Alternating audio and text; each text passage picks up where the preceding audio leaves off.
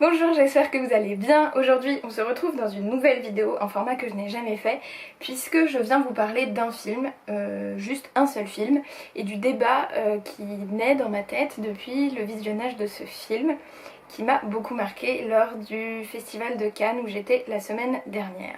Pour recontextualiser un petit peu, comme certains d'entre vous le savent sûrement, Mektoub My Love Kantou Uno, le film d'Abdelatif Kechiche sorti en mars 2018, est un de mes films préférés, si ce n'est mon film préféré au monde.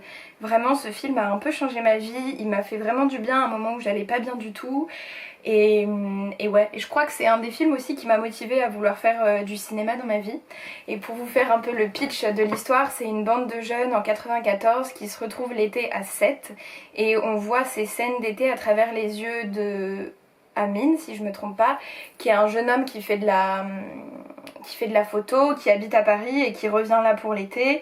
Et du coup, à travers lui, on va voir sa famille, les jeunes filles sur la plage et leurs relations les uns avec les autres.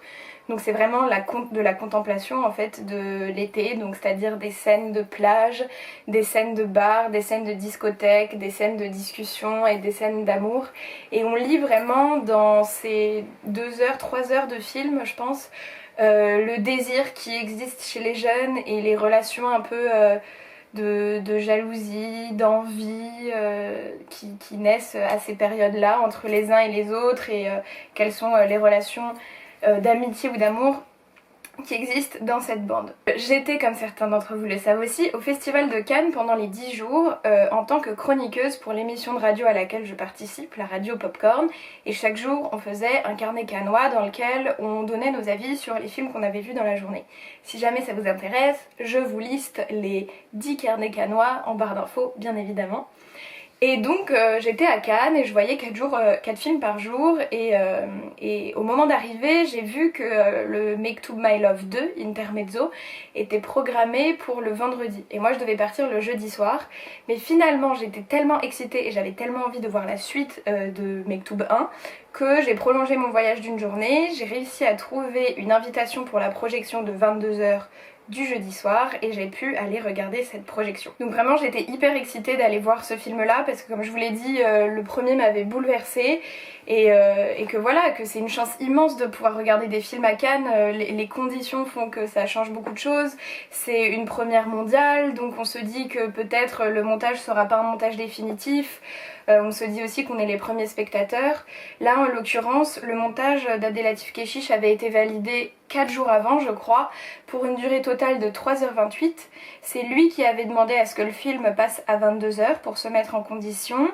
Et donc voilà, donc j'étais très excitée. Le peu que je savais du film, c'est que, comme son nom l'indique, Intermezzo, c'était un intermède entre un premier volet et un deuxième volet. Donc le premier est déjà sorti, le deuxième était prévu, mais là c'était vraiment un intermède. Intermezzo, ça veut dire, je crois, c'est une pièce de théâtre, enfin en tout cas une pièce de chant ou de danse pour divertir et faire rire entre deux scènes d'une pièce en italien, si je ne m'abuse, bref.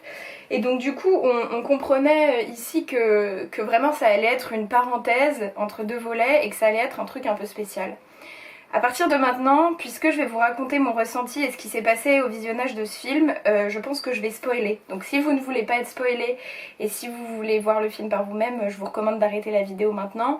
En revanche, si vous voulez connaître mon avis sur cet immense débat qui concerne Mektoub et Intermezzo, vous pouvez regarder la suite. Donc dans ce film, on a principalement 3 séquences. On a une première séquence de plage qui reprend exactement les mêmes codes que dans le premier film. Donc c'est de la farniente sur la plage avec coucher de soleil, des discussions un peu lambda entre eux tous, avec des peaux mouillées, des corps, enfin c'est sublime.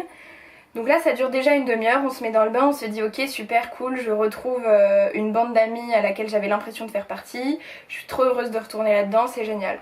S'ensuit une scène de discothèque, et là pareil on retrouve un peu des codes qu'on avait déjà vus dans le premier, et en fait c'est une scène de discothèque qui va durer plus de 2 heures en fait. Voilà, le film est constitué de 3 séquences, dont cette séquence de discothèque qui dure quasiment 2 heures, et enfin une dernière séquence qui est intégrée entre 2 parties de la boîte de nuit, une séquence de cunilingus non simulée de 13 minutes, ce qui est aussi quelque chose d'assez éprouvant, je dois le dire.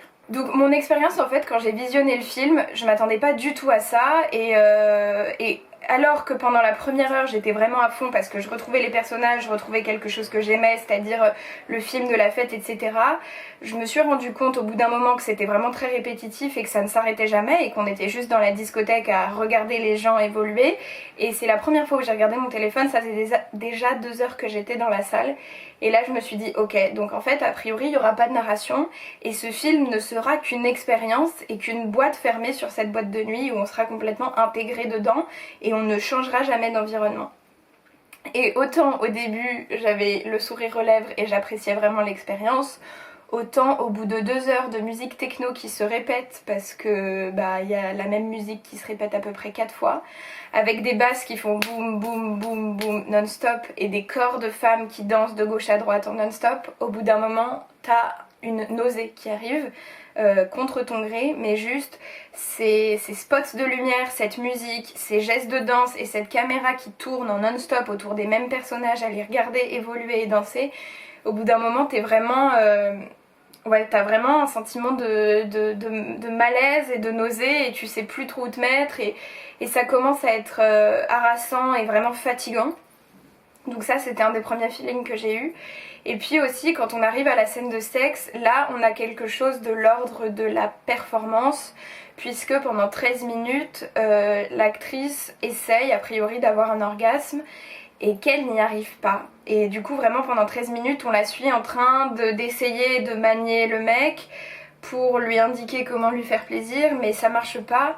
Et en plus de ça on est dans un contexte où ils sont alcoolisés, on a vu comment ils se sont dragués tout au long de la soirée pour en arriver à ce cunilingus et on sent que c'est purement un truc sexuel quoi, presque animal de il faut que ça soit fait maintenant, donc c'est des conditions un peu dramatique mais en même temps assez réel aussi de toilettes, de boîte de nuit, éclairage jaune, eux en sueur, complètement alcoolisés, enfin voilà. Et ça aussi c'est très très très perturbant parce qu'on est vraiment à deux doigts si ce n'est dans quelque chose d'assez pornographique. Rien n'est caché, rien n'est simulé.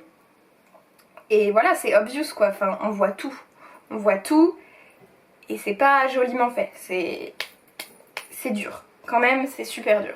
En fait, ce qui est problématique dans cette scène-là, c'est qu'on attend, on espère un orgasme qui vient un peu jamais et voilà, et qui nous met dans un sentiment très étrange. Il y a aussi cette idée de la sexualité représentée comme dans un porno. Donc, soyons honnêtes, il y a forcément des gens dans la salle qui ont un sentiment de plaisir, de désir, un truc qui est d'habitude de l'ordre de l'intime, qui est là exposé dans une salle immense et qui, a priori, n'est jamais représenté dans de tels espaces. Et du coup, toi, t'es un peu dans un plaisir coupable de regarder de la pornographie dans un contexte dans lequel tu t'y attendais pas. Tu peux pas contrôler ton plaisir et ton désir, entre guillemets, parce que c'est humain, c'est comme ça, ça existe. Et puis en même temps t'es face à une œuvre cinématographique dans un cinéma, donc il y a tout pareil, un sentiment de malaise et de c'est trop, c'est trop, c'est trop. Moi j'étais obligée de fermer les yeux tellement j'avais besoin de me recentrer et de rentrer dans moi-même, tellement j'étais complètement pas bouffée mais en tout cas étouffée et vraiment écrasée par l'environnement du film en fait. Là où j'ai eu du mal à finir le film, c'est vraiment les 20 dernières minutes. T'as l'impression, j'ai eu ce sentiment que c'était une forme de torture et qu'on m'avait emprisonnée dans un espace de cinéma pour me faire revivre en boucle la même scène, la même musique, etc. Et ça me rendait vraiment folle, je savais plus quoi faire. Alors je voulais vraiment rester jusqu'à la fin du film parce que j'y tenais, c'est important pour moi de respecter le travail d'un réalisateur et surtout de vivre l'expérience de cinéma dans son intégralité. Il y a des bancs entiers vraiment du palais qui sont partis, enfin il y a beaucoup de gens qui n'ont pas pu tenir jusqu'à la fin, ce que je comprends, c'était vraiment une expérience dure, mais je suis très contente d'être restée jusqu'à la fin pour voir jusqu'où ce film pouvait m'emmener et j'avais vraiment besoin de le voir en intégralité avant de pouvoir le juger. Mon premier ressenti à la sortie de la salle, c'était vraiment un choc. J'ai vraiment été choquée et j'arrivais pas à marcher, j'avais du mal à respirer, j'avais aucune envie de parler à personne, j'étais vraiment dans une espèce de solitude, de bulle et j'avais besoin d'atterrir, j'avais besoin de me reconnecter à la vraie vie Et j'étais vraiment déboussolée, vraiment perdue, avec beaucoup de nausées, et j'avais l'impression d'être passée dans une machine à laver et de réatterrir, et voilà, je comprenais plus rien. J'ai aussi directement envoyé un message à Alice, ma meilleure amie, pour lui écrire « Il a tout gâché ». Je pense qu'à ma sortie du film, j'avais un sentiment de « Ok, ça va à l'encontre totale de la beauté et du plaisir que j'avais pris dans le premier épisode ». Vraiment, ça m'a tellement épuisée, éreintée, lessivée que je comprenais plus du tout. Et puis, il faut le dire aussi, ce qui est représenté dans ces 3h30, c'est des fesses de femmes. En majorité, c'est des plans avec des culs et des seins de femmes qui dansent, qui twerk, qui s'épuisent avec des barres de striptease, qui donnent tout ce qu'elles ont, qui sont dans une performance de danse jusqu'au bout de la nuit. Et ça s'arrête pas, il y a aussi un baiser à 3 qui est très long, une scène de baiser à 3 qui est hyper long. Et voilà, bah c'est fatigant de voir ça et je me sentais mal à l'aise. Bref. Du coup, après cet état de choc, le temps de me poser, de retrouver mes copains et de respirer un peu, j'avais vraiment un sentiment de colère. Je crois que j'étais vraiment en colère parce que c'était violent.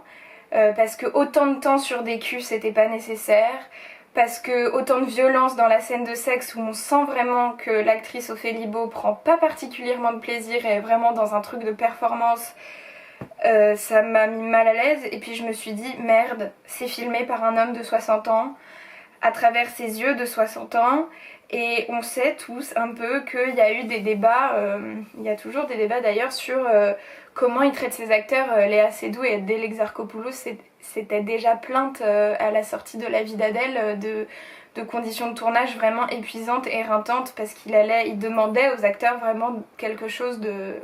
Voilà, il demandait un travail sans cesse, et j'ai peur, enfin ma colère venait du fait que j'avais peur que ça a été aussi des conditions de tournage un peu compliquées, et je me suis dit est-ce que les actrices là-dedans elles ont été respectées.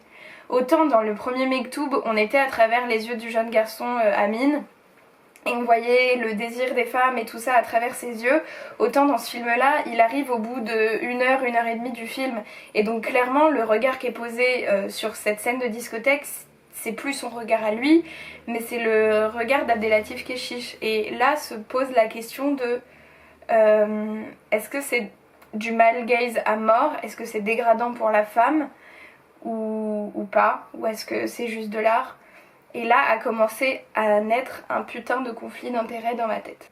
Il y a un truc qui est certain, c'est que 4 jours après le visionnage de ce film, j'en parle encore. Je suis encore sous le choc, et je garde un souvenir de cette expérience de cinéma immense. Je pense que ça me lâchera jamais, comme pour le premier. Je pense que ce que j'ai vécu dans cette salle et tous les questionnements qui s'en sont suivis sont d'une force que j'ai rarement eue après le visionnage d'un film. Pour ça déjà, c'est assez fou. C'est assez fou qu'un film te fasse cet effet-là. Mais revenons-en au fait, est-ce qu'il faut aimer un film pareil? Et est-ce que j'ai aimé un film pareil?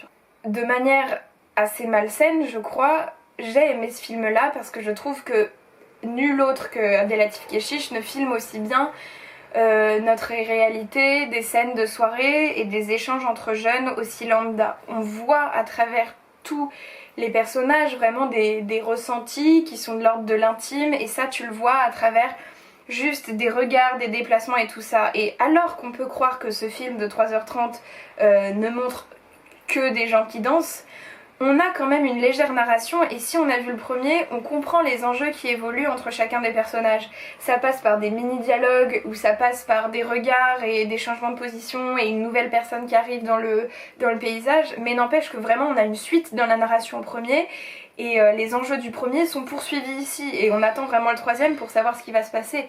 Et du coup, la narration est ultra discrète, elle est vraiment très légère parce qu'on a très peu de scènes de dialogue finalement.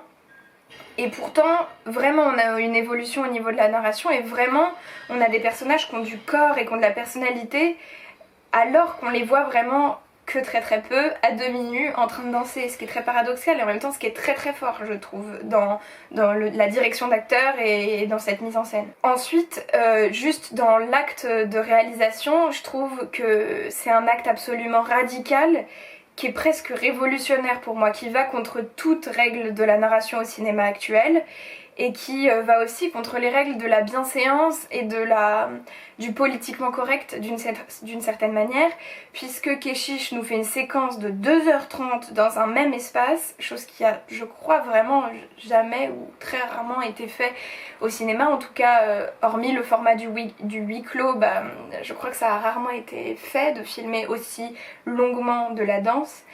Et puis il intègre aussi d'une certaine manière une forme de pornographie cinématographique dans un espace public qu'est le cinéma, et ça aussi c'est révolutionnaire. Il arrive à intégrer, ou en tout cas à proposer qu'une forme de pornographie soit mise au cinéma. Et alors peut-être rendrait-il le porno artistique.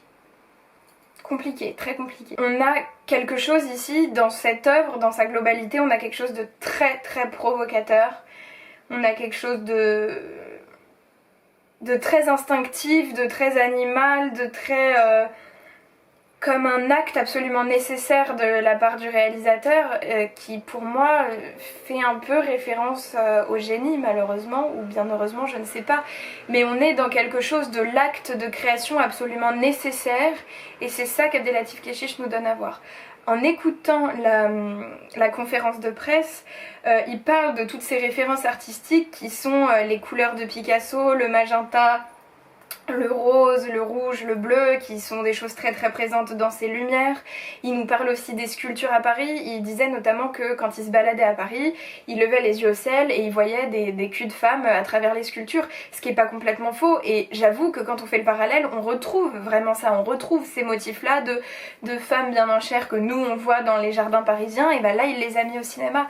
Et quand on l'entend parler de ça, de ses inspirations artistiques et de ce qu'il veut donner à voir, c'est-à-dire représenter une forme de réalité juste pour ce qu'elle est, on arrive à se dire mais c'est juste un artiste qui a besoin d'exprimer une forme de sincérité absolue, au-delà de la morale et de la bienséance et de la politique et de notre société actuelle. Il a vraiment besoin de représenter une forme d'énergie qui existe, ou en tout cas qui existait à son époque, mais qui pour moi aussi existe. Enfin, je veux dire, ces situations en boîte de nuit, je les ai vues, je les ai vécues, donc c'est une réalité que je peux pas nier, voilà, donc ça existe. Et il arrive à représenter ça dans sa plus grande pureté, sans aucun jugement et sans volonté d'être jugé non plus. C'est un acte artistique vraiment on sent là-dedans qu'il y a une volonté de raconter quelque chose qui n'existe plus et qui ne retrouve plus aujourd'hui, une forme d'énergie, une forme de puissance et de rayonnance de ces acteurs qui crèvent tout à l'écran. Vraiment, ces acteurs font des performances absolument exceptionnelles, et c'est ce qu'il dit aussi dans la conférence de presse, c'est mes acteurs me permettent tout, c'est grâce à eux que le film existe, c'est grâce à leur énergie, et moi je voulais juste vous montrer ces acteurs-là pour leur talent. Et voilà, et dans cet acte de création et d'un ensemble, si on le juge pas avec la morale, si on le prend juste comme une œuvre d'art, c'est absolument sublime. L'œuvre en soi est sublime dans son acte d'exister en fait. Et j'aime l'œuvre parce qu'elle choque, parce qu'elle bouleverse, parce qu'elle est différente, parce qu'elle tente quelque chose, parce qu'elle est belle, parce qu'elle nous laisse pas vide, elle nous choque, elle nous fait nous poser des questions. Voilà, c'est quelque chose qui existe en soi pour l'art et qui nous vient nous transformer, ou en tout cas nous taper dans l'esprit. Donc c'est une force immense, je trouve. Et puis finalement, toute œuvre artistique, elle vient d'un désir de la part d'un réalisateur, d'un créateur, et elle n'est pas forcément faite pour être aimée par tous. Tout le monde va pas être sensible à cette œuvre, et d'ailleurs c'est pas ce que le réal demande. Il donne juste à voir sa perception de la réalité et il la propose à d'autres, et les répercussions seront vraiment différentes en fonction du public. Donc il y a aussi ce truc de chacun le vivra comme il le vivra, c'est une expérience personnelle, et d'ailleurs on ne peut pas juger cette œuvre tant qu'on l'a pas vécue. On peut pas se permettre pour moi de condamner quelque chose si on l'a pas vécu de ses propres yeux, parce qu'on ne sait pas de quoi on parle. Et du coup il faut faire attention à ça, à juger trop vite des choses qu'on n'a pas vues et dont on n'a pas les preuves. Et malgré tout ça, pourtant, on a un immense problème qui se pose à mon avis. bah, c'est quand même le fait que dans la conférence de presse, Abdelatif Kechiche nous dit qu'il s'est entendu avec ses acteurs pour qu'il ne s'exprime pas à propos des conditions du tournage et que lui non plus ne répondrait à aucune question par rapport à ces conditions de tournage. On a aussi pu observer que Ophélie Beau et Roméo, les deux acteurs principaux de la scène de sexe, n'étaient pas présents lors de la projection du film et ils n'étaient pas non plus présents lors de la conférence de presse. Ces deux éléments-là, plus les anciennes accusations sur Abdelatif Kechiche, me laissent à penser malheureusement qu'il y a des choses il y a un petit peu anguille sous roche sur les conditions de tournage et sur ce qui a été fait légalement ou pas légalement dans ce tournage-là. Si effectivement Abdelatif Kechiche défend cette manière de faire de l'art au-delà de la bienséance pour faire vivre des acteurs et que ceux-ci étaient au courant de tout ce qui allait être montré et ont signé ça dans des contrats et que les conditions de tournage ont été respectées, c'est-à-dire pas trop d'alcool, ou en tout cas quasiment pas d'alcool sur le plateau parce que bah du coup si tu mets de l'alcool sur un plateau, ça veut dire que c'est plus ton libre arbitre. Enfin, tu peux être amené à être en état d'ivresse qui te pousse à faire des choses que t'aurais peut-être pas fait si t'avais pas été alcoolisé. Bref, si les acteurs et tout ça étaient tous au clair sur les situations de tournage, alors il y aurait aucun problème et ce serait un acte révolutionnaire. Seulement, c'est pas le cas. C'est pas le cas parce que on a des acteurs qui peuvent pas s'exprimer, on a des acteurs qui sont même pas présents à la conférence de presse, on a des boîtes de production qui n'ont pas pu voir le résultat final et qui a priori avaient vraiment très peu de vision sur le projet. On a aussi un truc qui moi m'a vraiment choqué, aucun générique. Alors je sais que le film a été fini de monter 3 jours avant la projection, mais je veux dire quand t'as des acteurs et une équipe technique qui te permettent de donner un tel résultat, ça veut dire qu'ils ont donné de leur personne comme jamais. Les acteurs ont fait des performances mais exceptionnelles, qui sont vraiment exceptionnelles, et la moindre des choses c'est de les mettre au générique même si c'est un générique provisoire. Juste pour les remercier, en fait, c'est quelque chose qui se fait, et là ça n'a pas été fait et ça m'a choquée aussi. Donc on a quelque chose sur la légalité du projet et du film qui me fait me poser la question de effectivement est-ce que c'est pas un truc clairement malsain qui a été fait là-dedans, et est-ce que je devrais pas aussi juger l'œuvre avec son artiste, parce qu'a priori l'œuvre elle naît d'un point de vue d'un réalisateur, et en l'occurrence ici c'est un homme qui n'est pas très clair sur sa manière de faire, et il y a encore beaucoup de points d'interrogation sur ce fait là. Alors du coup je m'interroge sur est-ce qu'il faut juger l'artiste et l'œuvre, est-ce qu'il faut juger l'œuvre dans ce qu'elle est en soi, ou est-ce qu'on est obligé par la morale de juger le réalisateur aussi, et dans ce cas là alors c'est une œuvre immorale et très choquante, ou est-ce qu'on doit se dire qu'au nom de l'art, bah c'est révolutionnaire et c'est hyper intéressant, et même si ça dégoûte et même si ça épuise et même si c'est éreintant toute cette danse, est-ce que c'est pas quand même beau et génial ou pas? Voilà, je suis encore en conflit d'intérêts avec moi-même pour savoir si j'ai adoré, si j'ai détesté, si Kechiche est une sous-merde ou si c'est un génie, s'il a gâché mon premier visionnage ou pas. Dans tous les cas, face à une œuvre artistique, chaque ressenti est très personnel, et il est important de voir l'œuvre pour la juger et de la juger aux yeux de son ressenti personnel, et d'être en accord avec soi quand on la voit, et de défendre ce que nous on a envie de défendre par rapport à ce qu'on a vu. Moi ce que je vous dis là, c'est pas pour vous dire j'ai raison ou j'ai tort, c'est bien ou c'est mal, je vous dis juste toutes les pensées qui m'ont traversée, parce que moi-même aujourd'hui je n'arrive pas à identifier ce qui va ou ce qui va pas dans cette œuvre. Et peut-être que c'est pas grave finalement, peut-être que déjà se poser ces questions là c'est bien, et a priori qui sommes-nous pour juger le réalisateur? A priori bien sûr il y a sûrement des choses qui tiennent pas la route là-dedans, et il y a sûrement des abus qui existent, mais encore une fois c'est pas à nous spectateurs d'en juger, c'est à la loi et c'est aux gens qui ont des preuves effectives, c'est-à-dire les acteurs et les gens du tournage, qui si eux sentent qu'il y a anguille sous roche, et sentent surtout qu'ils ont été maltraités, pas respectés ou quoi que ce soit, eux sont en pouvoir de changer les choses. Mais nous, qui sommes-nous pour nous mettre dans la position de l'acteur par exemple et dire que ce qui a été fait est illégal ou pas correct. S'il y a un problème, il faut évidemment le dire. Bien évidemment, je ne soutiens pas que l'œuvre à tout prix, si c'est pas légal, c'est clairement grave, c'est de l'ordre de la criminalité et ça doit être puni. Mais c'est peut-être pas à nous, spectateurs, de dire quoi que ce soit là-dessus. Et c'est aux acteurs de faire respecter évidemment leurs droits à tout. En tout cas, ce dont je suis certaine, c'est qu'il a réussi à m'éclater le cerveau, à m'y faire réfléchir encore 4 jours après. Et je crois que là c'est un acte très très fort et que c'était d'une manière ou d'une autre, c'était un peu mon coup de cœur du Festival de Cannes parce que c'était vraiment une expérience unique que j'aurais pas pu vivre ailleurs.